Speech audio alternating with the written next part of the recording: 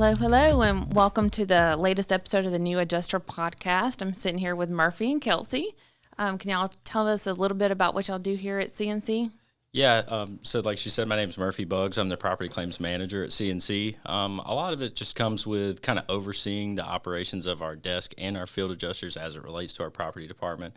But we have a lot of great help, a lot of great supervisors that help with that. It's not just a one-person job, so a lot of different people go into making sure that operation goes smoothly. So, hey, I'm Kelsey Arrington. I am a property supervisor at CNC. I work for one carrier over a couple supervisors and a boatload of desk adjusters, and we handle daily claims, property claims, and cat work. Good. So we've done this previously with some field adjusters. Can you kind of explain what a desk adjuster does? I know it's, other than the obvious, they're working at a desk versus field adjusters, but can you kind of explain what the differences may be as far as? Yeah. So desk adjusters, they handle the claim from start to finish. We work on getting the claim, first contact with the insured. They send any acknowledgement letters. They work on the claims. They are the number one contact with the insured in-house. So while a field adjuster, yes, goes to their house, is in contact with the insured, the desk adjuster is the one who goes over all of their coverage, all of the claims-related payments, all of that. So desk adjuster works from start to finish for the claim. They are number one contact. They write coverage letters. They do everything in between that the field adjuster sends them their documents for. So a lot of their work would be based on working with a field adjuster, potentially getting the information as far as damages or... Absolutely. The field adjuster sends in all of their documents to the desk. We have a QC department as well that reviews them, but the desk adjuster actually makes the coverage decision from the field adjuster's documents. Okay. Now, with desk positions, we often will get asked, is there remote positions available? Is that something that is ever a possibility for a desk adjuster, or is it always in an office? yeah, absolutely. So there's definitely remote positions. I mean, matter of fact, probably 50% of our property department is remote in different states, Iowa, Michigan, North Carolina, Georgia, all over the place, really. So we definitely have remote positions that are available, and we like to hire people as remote. A lot of it goes into, making sure you're responsible, using your time wisely and things, just because you're not in an office setting with everybody else. But we have found that folks that do remote work do a really good job. So, yeah, I mean, it's something that we, are definitely okay with and, positions that we hire for, absolutely. Right. With a remote position, would they be required to come into an office for a trial period to kind of see, so you can evaluate to see if they're even capable of working remote? I mean, what's kind of the expectations on that? Or if someone just gets hired and, hey, send me my stuff, let me work from home from day one. Yeah, we do go through an interview process at first, so we get to know a little bit about them, what they've done in the past. But then we also ask them to come in for a week, get to know us, get to know the supervisors that are in the office. All of our supervisors right now are local, so we're always here. We go through a week, maybe 2 weeks of training to begin with. Then we can also do remote training as well if needed. But we do ask all of our new desk adjusters to come into the office for training for at least a week. Right. Okay. I know that you mentioned earlier that you do everything from cat work to daily work. What kind of shifts or hours are typically related to desk adjusting? Because I know with our field adjusters anticipate being out in the field, 7 days a week, 12 hours a day. So how is that relatable to what a desk adjuster could expect? Yeah, so I think a lot of it depends on the workload for a desk adjuster. If you're just talking about your daily work, a lot of times it's 8-9 hour days with an hour lunch somewhere in there. Mm-hmm. But if we're busy and it's during catastrophe type settings, we just had a big storm, whether it be a big hurricane or a bunch of hailstorms, something like that. We could potentially go into the 12-hour work days, 7 days a week. But it's not all the time. I would say desk adjuster is more of kind of your steady, 40, 45-hour work week, pretty much throughout the year, unless we were to have a big event. Okay. Another Texas freeze. Right? That's great. I thought that was going to happen again. We did too. We were kind of looking at that like, is it going to be a repeat? Excuse me. So with a field adjuster, we know the skills you got to be able to climb and, identify damage. What would you think the skills would be needed for a claims professional or desk adjuster? Definitely oral skills, just talking to insureds to be able to go over and explain a situation. So while they don't have to write an estimate, they should know how to read an estimate. They should know what they're looking at to be able to adequately explain to an insured their coverages. This part of your roof isn't covered for this reason, and this is why. It says in the policy, this is why. So they need to know computer skills. Obviously, we use a lot of different programs and software. We use different systems for different things. So computer and, being able to talk with someone and getting on an insured's level because, they're going through a hard time and we have to know how to be empathetic and sympathetic to what they're going through and being able to explain everything to them to where they're comfortable and understand their claim. Yeah, I mean, just to piggyback on top of that, I mean, I think customer service is probably the biggest aspect of being a desk adjuster because I would say 90% of your time is spent on the phone or writing emails to policyholders, representatives, contractors, things like that. So you kind of you have to know how to explain things, how to, be personable so that way you can get the information you need and kind of help them along through the process. But yeah, I mean, computer skills, customer service, being able to speak well over the phone, explain your thoughts, precisely. I think those are all great qualities to have. With desk adjusting and it being so much on the phone and emails, do you find that a lot of insureds call in and they're upset or maybe even irritable? And how do you kind of prepare your adjusters to deal with that? I mean, do you have like an escalation policy or, because I know that a lot of times it's not the adjuster's fault and it's the insured that's really just kind of, they're confused and they don't going through a lot of emotions. Yes. They get an email and they're like, what the heck is this? Or there's the occasion that they don't use an email. Oh, I don't check my emails. I never got that. So we want to make sure that, while if they are upset, that we're making contact by phone especially. That's one of our biggest things is make that voice-to-voice contact with the insured. Let them know that you were there to answer their questions, whether it's some people prefer emails, some people prefer phone calls, but we always want to reach out with a phone call just to let them know you can call me here, you can call me anytime. We'll be back with you if we're not available. So we always just want them to know that we're there and they're going through a rough time and escalations happen. We do have situations where, an insured calls in, well, I haven't heard from my desk adjuster and they want to speak to a supervisor. We have all of our supervisors available to return a call within 24 hours to anyone who actually needs that extra backup, needs like some extra information and reassurance. Yeah. And a lot of times we can look at the claim and figure out how to explain it better. Not that the desk adjuster didn't do a good job, because we could honestly tell them the exact same thing that the adjuster did, and it would still be a different outcome, just having someone else explain it. Right. Okay. With desk adjusting, what kind of software do you typically use? I know field adjusters are very heavily with Xactimate and that kind of. So as a desk adjuster, what software should you be familiar with or proficient in? Yeah, so I would say probably the one system that we use the most that's pretty widespread throughout all the different carriers we service is Xactanalysis, and that's kind of the sister company to Xactimate. You figure Xactimate is more the field adjuster side of things. Xactanalysis is more the desk adjuster side of things. It's a place where you can upload documents, look at photos, type in notes, all your policy information is there, endorsements, exclusions, whatever the case may be. So that's kind of more of your desk adjuster friendly software that we use that really, correlates with Xactimate. But other than that, our own CMS, our claims management system that we use at CNC is something we use all day, every day. And then really based on the carrier will depend on, if we use a different type of software that they have or that's proprietary to them. So it just really depends on the carrier, really, that we're servicing. Luckily, all of our systems talk to each other, so you're putting in a note in one system, it typically goes to another, and you don't have to triple your work in some cases. That's nice. So typically you would think that it's the carrier that's going to specify which program you're using, like Symbility, because I know that's kind of coming back around, and it's just based on the carrier. Now, if you have adjusters coming in that are going to be working through a carrier that uses Symbility, we'll get those adjusters up to speed, or is that something you look for before you hire them? Are you proficient with Symbility, or do you offer training on?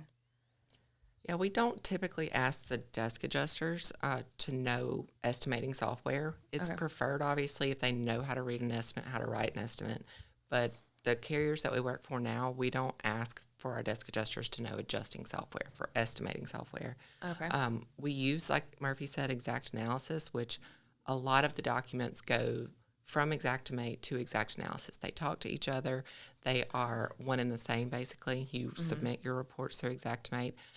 Most of the carriers we use do use Xactimate. I believe Symbility is more on the flood side. I could be totally wrong about that. But when I've used Symbility in the past, it's been with flood claims. So, I feel like the systems we use mostly are Xactware products. Right. So a desk adjuster should definitely be somewhat familiar with Xactanalysis. Yes, absolutely.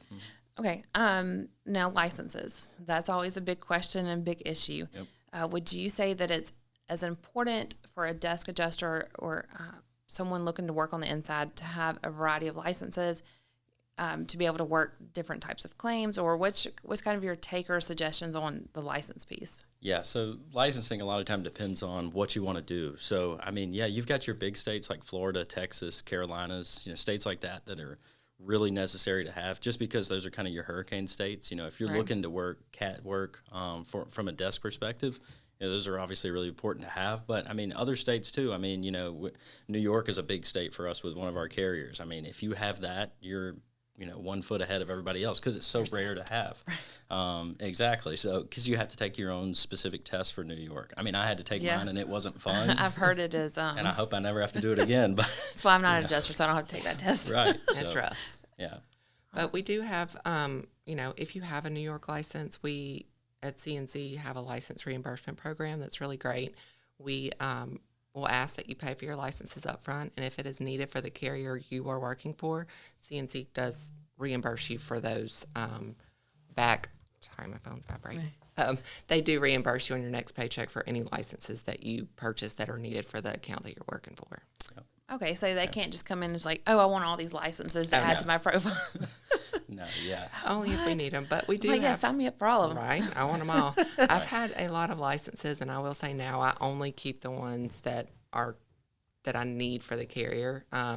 Obviously, people who have been a field adjuster or have been a desk adjuster in the past, they could have 40 state licenses, and it's just not always needed. And yeah, it's great to keep those up, but we're not always going to reimburse on those. We don't need them. Yeah, I mean, if there's a business need, we'll reimburse for them, obviously. Or if CNC asks you, hey, we need you to get Connecticut, because we're getting a lot of claims there. A lot of times CNC will kind of lump that into the reimbursement program. They'll help cover the cost for you, and then reimburse you on your next check or whatever the case may be. So. Oh, that's good. I don't think I've ever heard of a reimbursement program. That's nice. Yeah, I'm working on my California now, and it's not fun. Almost as bad as New York. Really? Yeah. I've heard that about New Mexico, too, because you have to be bonded before you get it. There's a lot of hoops to jump through. So for a desk adjuster getting ready for their first appointment, what would you kind of tell them to expect or prepare for? I know we've referenced field adjusters, or I have a lot, because their first appointment, they're getting their equipment ready and making sure their vehicle's dependable. So if I am brand new, just got my license, my first appointment, y'all have called me, yes, I want to be there. What can you kind of advice can you give me to prepare me for what I'm stepping into? Yeah, I think a lot of it depends on what type of deployment you're doing. I mean, obviously it's desk, but are you having to provide your own equipment? If you're using your own equipment, obviously, have a reliable laptop, that's got a good processor on it that can, you've got a good Wi-Fi connection, things like that, especially if you're going to be working remote.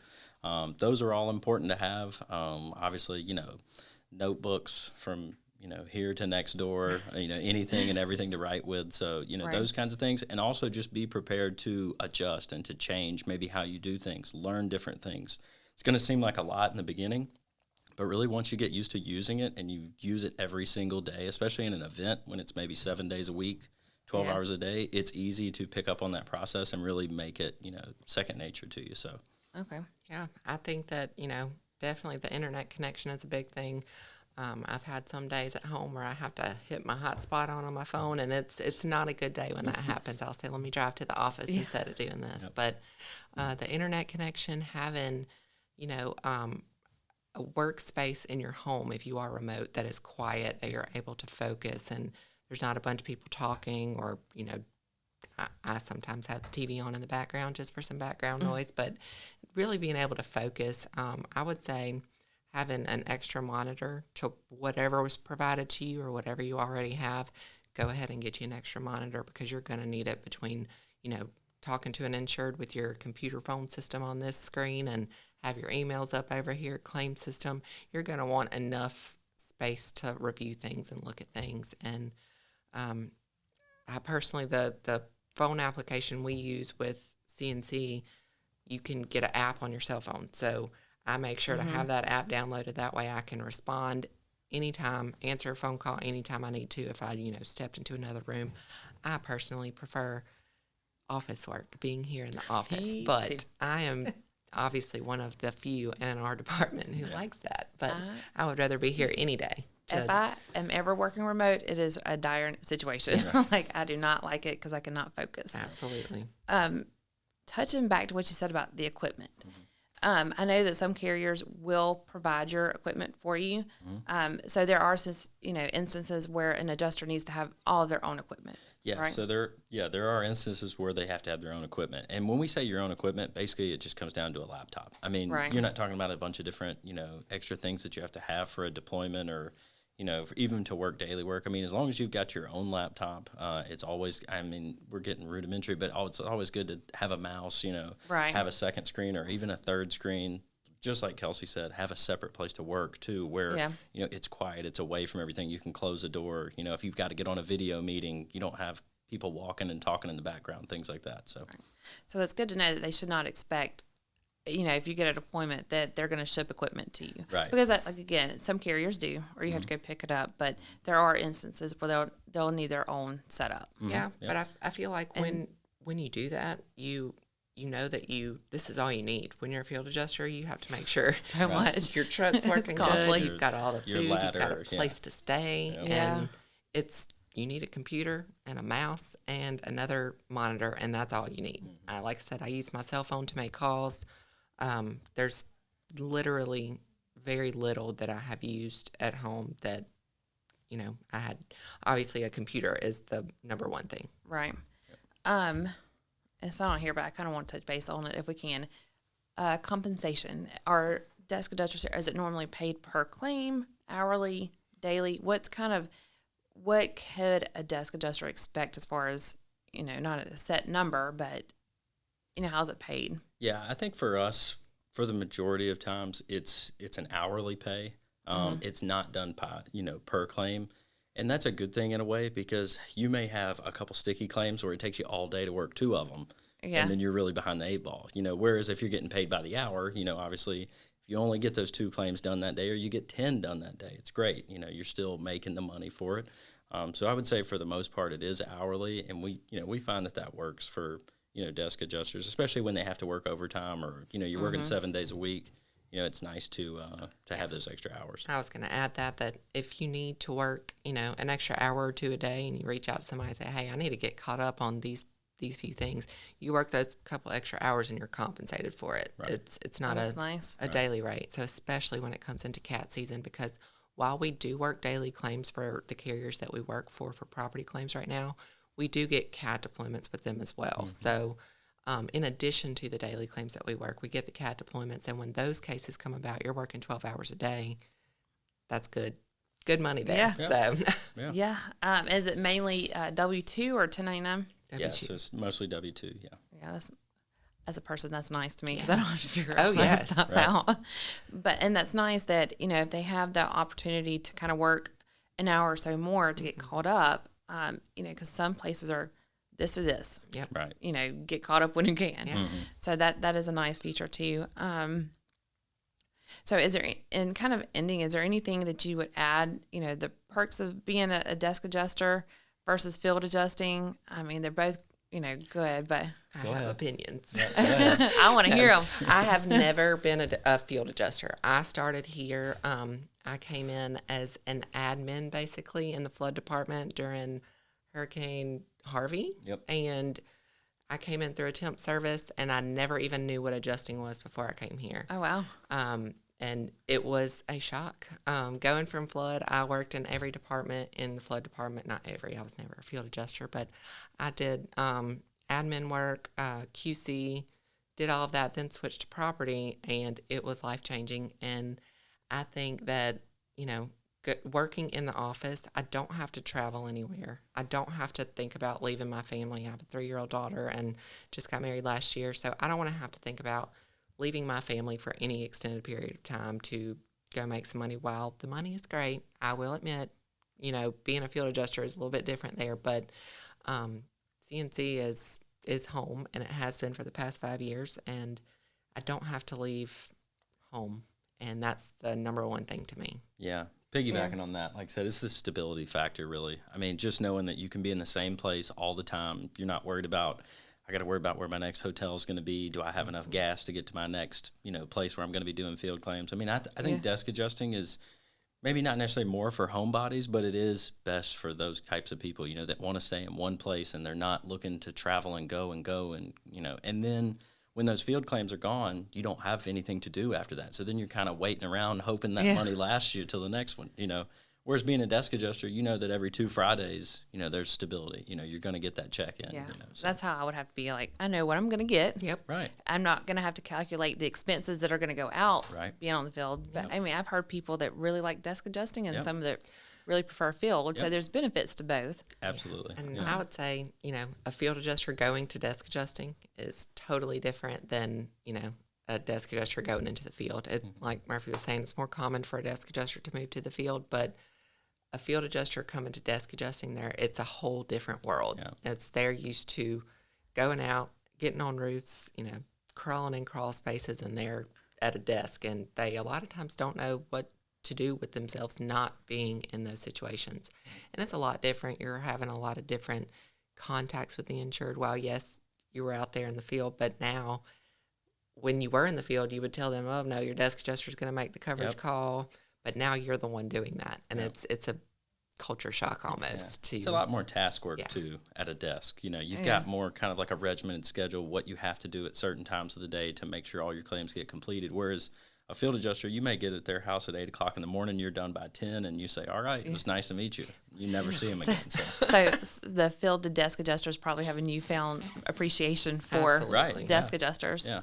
Which I think helps make field adjusters better field adjusters when they see that side of it as well. Same thing for desk, when they do a ride along with a field adjuster and see what their day's like, they have a better appreciation for what they do and what they're going through and how they can help them on future claims. So, have y'all ever had an adjuster or a scene where one kind of toggles between, if it's cat season, they're working, then they come to desk and go back out, or usually they'll stick to one or the other? Well, I would say they don't really intermingle with the desk. A lot of the positions that we have that we're working with the carriers now, they are full-time year. They're not deployment-based positions. So what we have now are year-round, all-the-time employees. It's a stability factor that comes into that.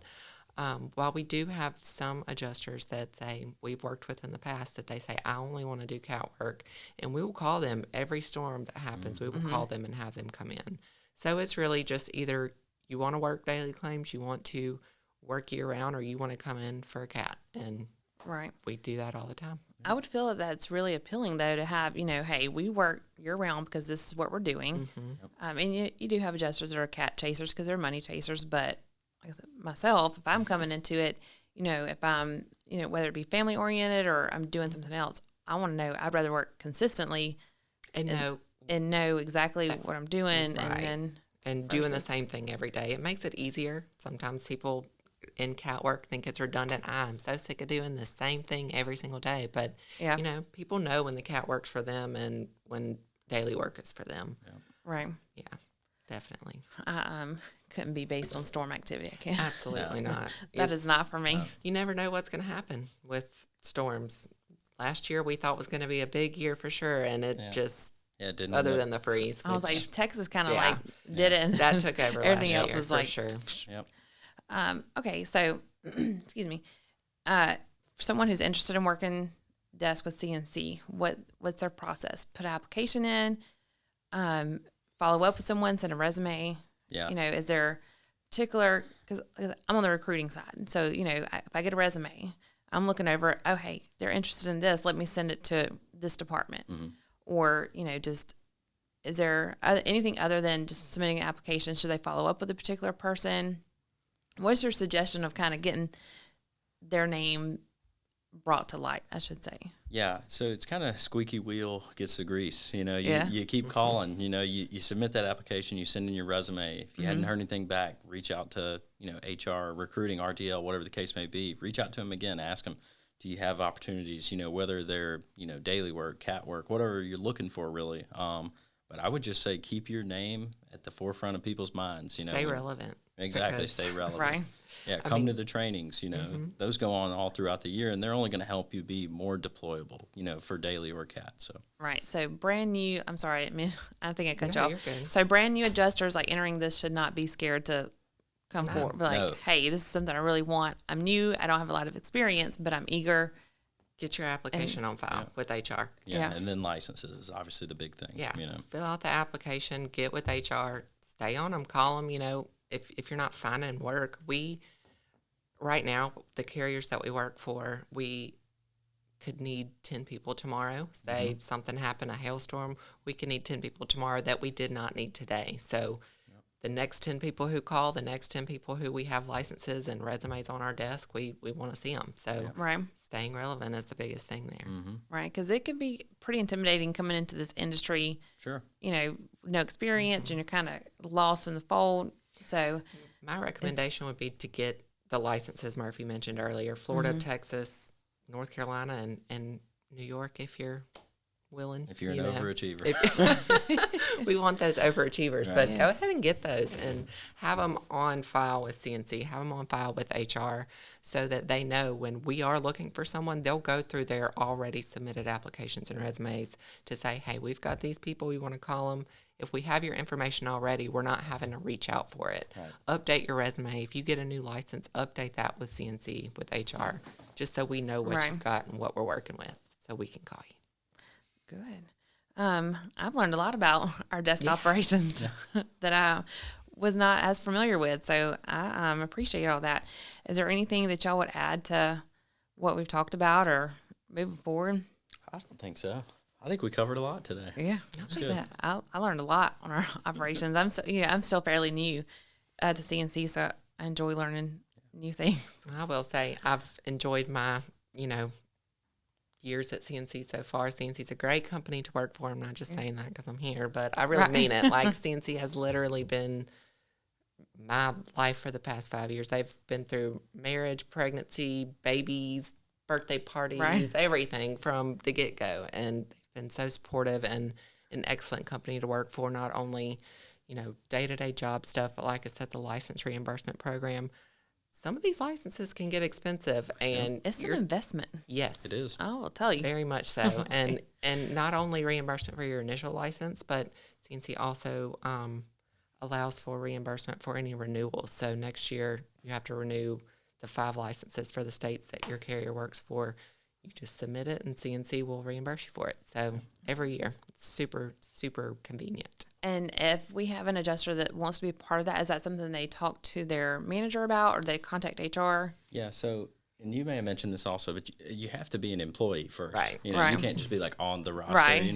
or else If anybody. you're that currently way. working. Right. Okay. Yeah. Right. So, I mean, really, other than that, it's not something you have to necessarily apply for or, sign up for. It's, it's just part of the gig, whenever you Okay. have the job. So, I can't get it just by submitting my application.